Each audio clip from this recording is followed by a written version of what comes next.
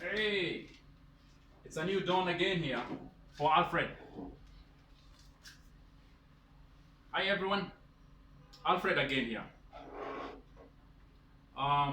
Today I'm going to make my coffee in another way again. We're going to learn how to use this kind of a coffee maker. Well, it's not necessarily a coffee maker, it's a filter holder. This is plastic.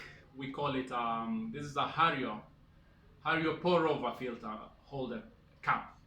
So you can make 2 cups of coffee. Um, you can get this thing online. Well, people who are in Africa, definitely we can only buy it from Amazon. Maybe when you are abroad, West, US or Europe, you can just get it off the shelves in the supermarket. So we'll try to see whether we can get some good tasting coffee out of it. So just keep it here. We're going to. It's just a pour over. We call it pour over way of making coffee. I'm keeping an eye on my water is boiling on the stove on the other side. So just bear with me. So we'll just get started, and hopefully we'll learn 1 or 2 things on how to make good delicious coffee. We'll use fresh ground coffee, fresh roasted and fresh ground coffee. So I just want to show you how that can work in a better way. You remember there's another video that I did last week. You can check down on the description when I was brewing a cup of coffee with a mocha pot. So you can learn more about how to use it in the video link below. So for interest of time, we're not going to use it. But the coffee you're going to use today is freshly ground with this. So I just get it out of there. So let me just get my water. Right there, it's already boiled. So today my tongue for my charcoal will be my counter, protection. Now this is how we're gonna do this. I got 3 spoons here. Now this is a this is a coffee spoon, and this is a teaspoon. We don't need those. We need a dessert spoon. When we are having dinner, maybe this is what they'll bring on your table. So we're going to use this. Dosing is simple. I'll show you. It's home style. These kind of filters, you can get them off the shelf again. This is what milliliter, I think is what I can probably get here in Addis. So let us see how this works. Just get 1 filter like that. It's important. You have to fold it like in a triangle form. It's not really a triangle, but you have to force it to be a triangle so that it can rest well on the shape, the cone shape of the filter holder. So right there, we go then like that. Now we have a very nice cone. You just place it on top of your cup. Now, it's important for you to rinse the filter up because it has a peppery taste. So we just rinse it. And when you are rinsing, you kind of also clean the filter. You kind of clean the filter, and then you also warm your mug if you want very hot, coffee. I don't like my coffee very hot. So we're going to dump the water right there. Now we have a clean filter. We have a clean, or rather a warm mug. It's just dosing the coffee. So come to the grinder. Today we are drinking some really delicious coffee again. So you need 2 hip spoons. 2 hip spoons if you want to make 2 cups. If you want 1 cup, just 1 hip tablespoon. So I go like that. Boom. And then another one. Boom. Hips. And we are good. Alright. The next thing is just to pour over now. I think I can come close to show you how you can pour over so that at least you don't really mess yourself so much. I already measured my water, so don't worry. It's about half a liter. So we go like right there. I hope you see it.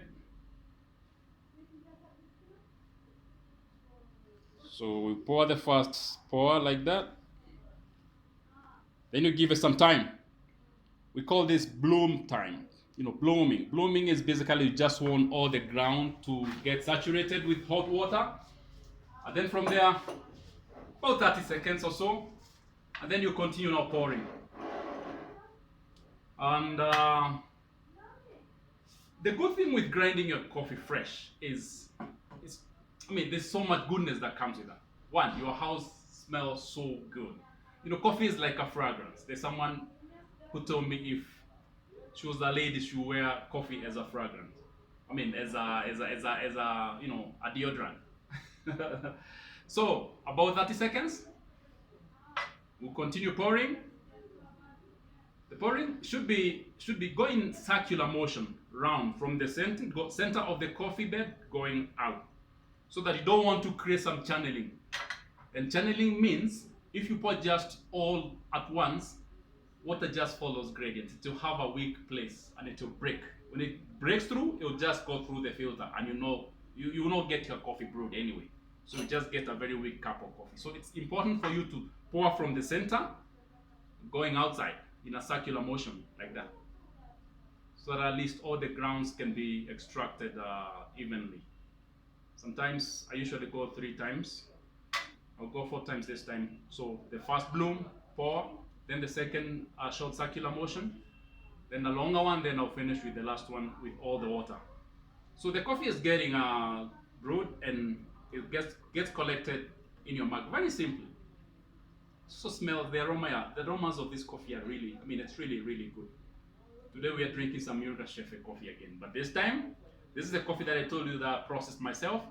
It's a honey processed. Honey means I just remove the fruit, and then I just dried the coffee in the sun.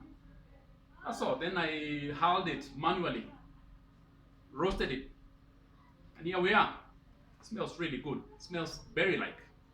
I hope it will taste good also. So the last pour right there.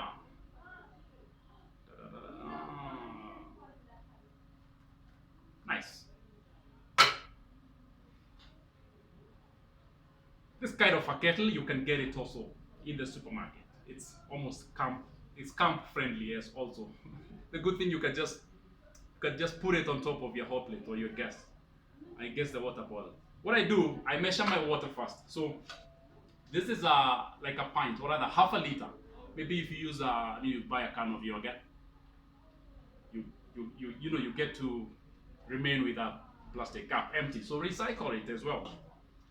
Your water bottle, half a liter, is enough. Just measure your water, then pour in the kettle, then boil it. So you have already the measure of the water. If you want to have a cup, then do half the bottle of water. So, or half the cup of whatever your yogurt cup. A pint measure or a liter measure. It comes with some measurements. The problem, I cannot use this because they had the measurements outside instead of inside. So you can also use this to measure your water. Very important. The ratio or the brewing recipe is 30 grams, which is about 2 heaped spoons. 30 grams of coffee against half a liter of water, or 500 grams of water. So simple, just simple. Don't complicate things. Most important thing, get fresh roasted coffee beans and grind the coffee yourself. That will be good. I want to show you the consistency of the coffee. It's like sand, like the sand that we use for building. If I agitate it like that, you can see. Probably will give you some. Yeah, that's the consistency of the grind. Don't go so fine. When you go so fine, you will over extract the grounds, and the coffee will not taste so delicious. So to have some kind of bitterness, or it will be sour. Whoa, it's good. It's brewed. So I just get the filter funnel out and enjoy my cup of coffee. So I hope you get to learn, you've learned 1 or 2 things on how to brew a really good cup of coffee in the house. Wow, it's really nice. So one also important thing, there's something we call TDS, that is total dissolved solids. Now in coffee, what gets dissolved, it's not all, it's fresh roasted coffee. So you don't expect, for those who don't know, there's a difference between instant and fresh, roasted ground coffee. So this is fresh ground roasted coffee. Now, some of the dissolved solids are inside, down, at the bottom of the cup. So what you need to do, give it a stir. And then you can now dig in. I'll go in once. Wow. Wow. Exceptionally delicious coffee again. It has a lively acidity, citric. I can smell a lot of berries in it, but there is a distinct strawberry flavor in it. Distinct strawberry flavor in it. It's almost full body. It's really, really, really heavy also, and it has a very nice, clean, still, berry-like finish. So it's a great cup of coffee. Remember, this is also coffee from Yirgacheffe growing region, a district called Yirgacheffe in Ethiopia. It has really, I think that's the most complex coffee that I've ever tasted. So, but it doesn't mean you can not enjoy same good tasting coffee from other regions. But for me, I'm in Ethiopia, and I'm doing the best to enjoy what I can. Wow, beautiful coffee.